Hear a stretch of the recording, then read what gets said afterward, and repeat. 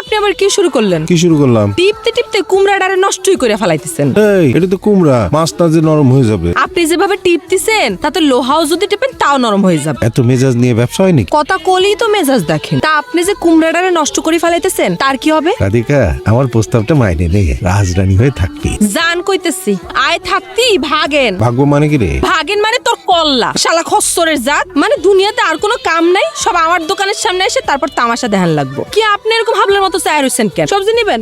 লাগবো তো দেন। আচ্ছা, এত সবজি নিয়ে আপনি কি করেন? নদীতে ফালাই। কি? নদীতে ফালাই। ও না, খাই। এত বড় কুমড়া খাতে পারবেন? পারুম না কেন?